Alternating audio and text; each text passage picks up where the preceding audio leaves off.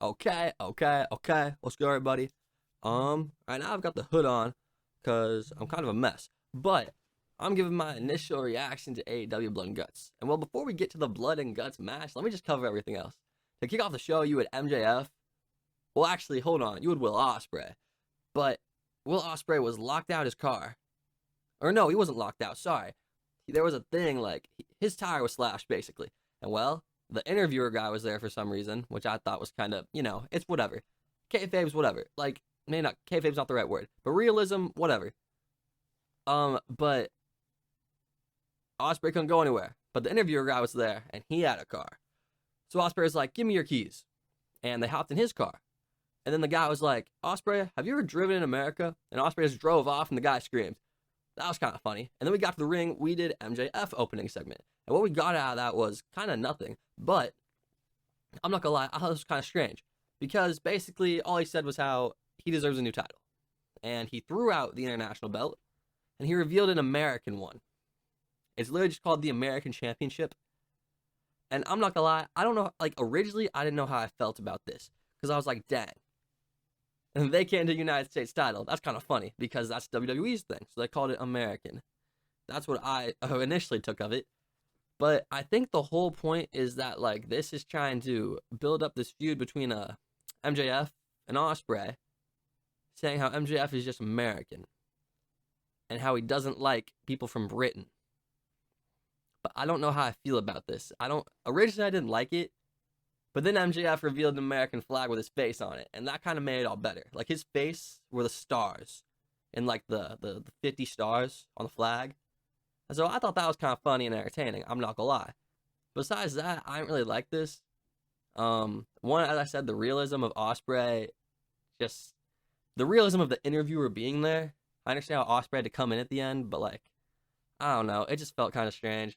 And then I don't like this American title thing. I thought this was kind of bad too. Like, if anything, just get rid of the international title, then we can have one less belt on this show. That's the main thing here. That's what I took. I was like, dang, if they got rid of this, that would make this so much easier to keep track of. But they didn't, which is fine though, because I still rock with the international belt. Like that belt feels like a big deal. It feels like the second title. But yeah, overall that was whatever. Then next up, I don't really know the order, but we also had Jericho versus Minoru Suzuki, and that was fine. Jericho won after a low blow, basically, which is whatever. It's fine. And then Suzuki got up, choked him out, hit the pile driver. I forgot what's called, sadly. Sorry, Suzuki. I love you. And then Brian Keith attacked and Big Bill, but then we got the return of Shibata.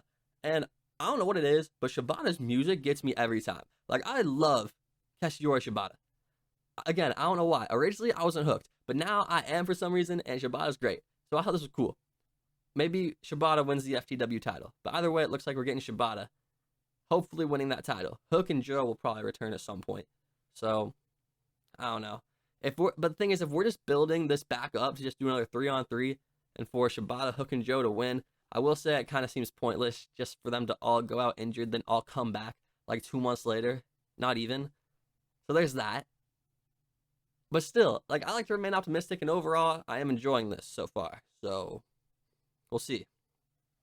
And then there was Britt Baker versus Shida. Again, this is good, right? I like this. I do think Britt Baker should have wrestled someone and won. However, I don't think it should have been Shida, man. Like, Shida's just been killing it on Rampage for the past, like, however long, or Collision, whatever. And she has, like, a whole new look, and I feel like this was never really advertised, her new look. Like, I feel like she hasn't been built up at all in terms of on main TV.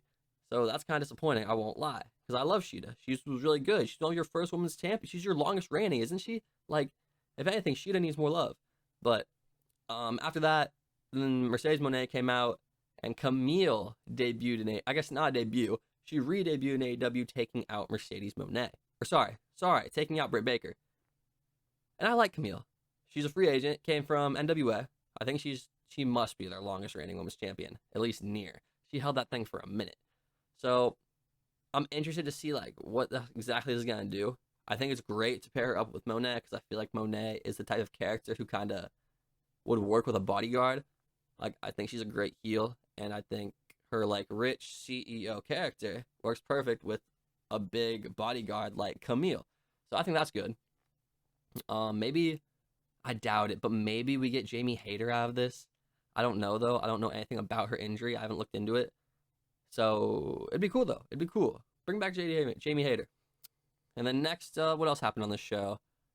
There was a segment backstage where the Elite attacked Christopher Daniels, and they flipped a two-side coin to get the advantage. Shout out Two-Face, I guess. I rock with Two-Face. That's all I really got for that one. Team AEW kind of seemed like they had some dissension going on, but then Mark Briscoe kind of brought them all back together and was like, let's do this, boys. So that was kind of cool. Oh my gosh, there was a random backstage segment where Nick Wayne was basically trashing on Kip Sabian, dude. I didn't even recognize Kip Sabian. Like, bro got...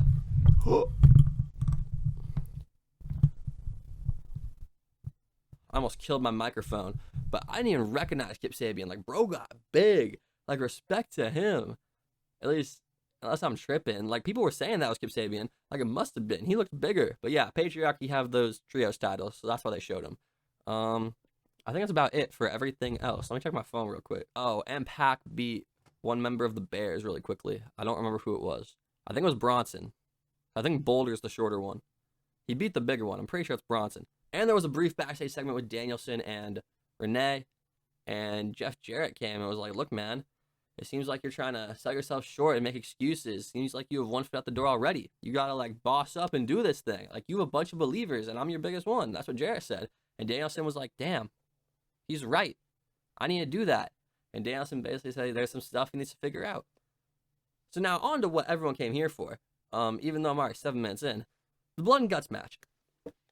I don't know how to feel about this. So just to quickly get out like all these intros. First we had Perry, then Darby, then one half the Young Bucks, then I don't know the order. Crap, who came in after him? Was it Bowens? Bowens came out before Caster. It must be Bowens. Oh no, Briscoe. I think it was Briscoe. And then it don't matter. Okay, there's no in the ring. You had Darby, Briscoe, the Acclaims, and the Jacksons, Okada, and Perry. And then Hangman Page was supposed to come out, right? Bro didn't come out. Then Swerve came out, and as Swerve was making his entrance, that's when Hangman Page attacked from behind. Page handcuffed him to the outside of the cage, and he just kept beating him down, man, punch after punch after punch. And well, Mr. Jackson got very infuriated. I'm really upset. I don't know who's who, but this Jackson did all the talking. I can't believe I don't know who's who still, and I'm watching this crap for like, I don't want to say crap because this is good stuff. I just can't believe I don't know who's who. I'm pretty sure it's Matt. We're gonna call him Matt Jackson. Matt Jackson is like, look, man, get back in this ring or you're fired. We suspended you before. We'll do it again. We'll fire you now. So get back in this ring or you're done. And he gets in the ring. And then, Blood and Guts starts technically. And they lock out Swerve. And then the match goes on, right? I'm not really going to talk about a bunch of these spots right now. But it gets to the point where Jeff Jarrett comes down. And he's got a guitar. Why has he got a guitar? Because he's always got a guitar on him. And that's when Brandon Cutler comes down. And Cutler's like, stop, Jarrett. Stop. Don't do this. Don't get involved. And man, I think Cutler accidentally pushed him. I was semi-paying attention to this because I was like, we know what's going to happen. And Jarrett took that guitar and whacked the hell out of Brandon Cutler. That was hype. I love it when that happens. But yeah, moving on. Eventually, it got to this point where Jarrett is like unlocking the key to Swerve's handcuffs. But that took a minute. Like, I feel like it wasn't supposed to take as long as it did. And there were multiple spots like this that felt like they weren't supposed to take that long. That kind of killed the vibe, But yeah, Swerve came in. And then, he did his like signature offense. And I feel like some of his offense was kind of botched a little bit as he first got in the ring. Like a lot of, not botched per se, but a lot of it felt kind of slow. Like it wasn't supposed to, I don't know, like it was supposed to go quicker. And it wasn't. But that's okay, because it was still fun. It was still fun to look at, Swerve's great. And his offense is great. Like this was cool. But then moving on, eventually Hangman and Swerve, they brawl up the ramp and they're gone, right? Then you have these other four in the ring still fighting. These other 4-on-4. At one point, Briscoe hit a elbow from, it's like that middle part, like in between the two rings. He hit an elbow drop onto Matt Jackson. And then Darby Allin, he climbed up and kind of like monkey barred it. And he kind of hit it was basically a coffin drop in like the semi-middle of the the right ring, I guess, onto Jack Perry. And then anyway, long story short, Matt Jackson's handcuffed to one rope, Jack Perry's handcuffed to the cage. I honestly didn't see where Okada went, and I did not see. I'm pretty sure Nick Jackson was handcuffed, in the left ring, but I have no clue where Okada went. I must have missed him. But Darby, he grabs a mic, he says something. I kind of forgot what, but then he goes under the ring. He starts looking for something. He finds a lighter, and then he comes back up, and it's like, what's Darby got? And then Darby starts talking to the ref, and that's when the camera kind of pans away. It's like we're not supposed to see Darby yet. Is that what's basically like supposed to happen? Like, there's something's wrong here, and so I think the ref was kind of telling Darby where the gasoline was, because eventually he went back under and grabbed gasoline. But this also kind of ruined the moment. I feel like this made it very slow. This was supposed to happen more in succession, more quickly or whatever. But it's whatever. And well, eventually Darby Allin lit Jack Perry. Or no, he didn't light him on fire. Sorry. He poured the gasoline on him. And then he was going to light him on fire, but he took a mic and said, if you don't give up, I'm going to light you on fire. And if you don't give me a TNT title match, that's what it was, I will light you on fire. And that's when Matt Jackson grabbed the mic and was like, look, give me the mic. It's gone too far. It's gone too far. You can have your TNT title match. And Darby was like, say it again in the mic. You can have your TNT title match at All in London. And then Darby was like, say you quit. And well, they quit. Let me tell you, when I say this ending felt anticlimactic, this kind of felt anticlimactic. But at the same time, I kind of understand it. I don't know. I kind of understand it, but at the same time, it felt not ideal. Like, I feel like there was so much more they could have done here. Again, it felt like, I saw this on Twitter too. Someone said it felt like someone was missing. And I don't know if it was. I feel like the momentum just wasn't there. Like, I feel like all of these, like, these spots that I think they kind of messed up, they're supposed to do it in a quicker succession. I feel like that's what the problem was. Again, I don't know what went wrong. It just seemed like not all the communication or connections were there. Again, I still think it was a fine match. Like, there were some good spots in this, but I will say it's probably the worst Blood and Guts match they've done. They've done what, 3? Or have they done 4? There was the Pinnacle and there was the Pinnacle and the Inner Circle. That was really good. There's the Jericho Appreciation Society versus, I don't remember who, but there's that clip of like cool hand Angelo Parker hanging upside down with that blood all over his face. And that's a clip that's ingrained in my brain, bro. Like, that's probably one of the most iconic things from AEW. In my head, at least. I don't know if other people see it that way, but in my head, it is. Like, that's one of the fucking damnedest thing ever. Like, that's a crazy clip. Angelo Parker even said he thought he might die from that. Like, there was so much blood coming out of him and hanging upside down, too. Like, he thought it was over. Like, but yeah, let me just quickly check. It was the Blackpool Combat Club. I was going to think that because I remember a Moxley Jericho thing, but I wasn't sure. So it was the Blackpool Combat Club. Well, it was the Combat Club and Eddie Kingston and Santana and Ortiz. Anyway, then you have the Golden Elite of Omega, the Jacksons, Hangman, and Ibushi versus the Blackpool Combat Club and, you know, Mox, Claudio, Yuta, Takeshita, and Pac. I forgot about that one. Oh my god. That's such a weird like, I forgot that happened. That's a weird memory, bro. Like, because there was that whole thing. Takeshita just dipped because Don Callis was like, nah, we're not taking this loss. And then didn't Pac leave too because he was pissed at Claudio? What a crazy memory. Oh my god. And they were going to like kill Wheeler Yuta. So that's why Moxley quit. Holy shit. What a memory. That's so crazy. I don't think I ever would have remembered that without looking at the Wikipedia page. But yeah, the first one ended because MJF was going to throw Jericho off the cage, and Guevara was like, nah, we quit, don't do it, and they threw him off anyway. That was sick. I don't remember how the second one ended, to be honest. I actually really don't. Who won? Well, I'm pretty sure the freaking Combat Club won.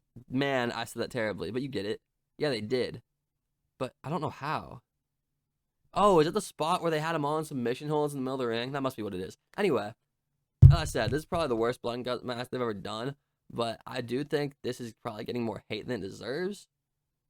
That's what I will say. But yeah, overall, it's whatever. There could be better. There could be worse. Overall, I don't really know what I'd give this show. As I said, I have a lot of problems with it personally, but I don't know if other people feel the same.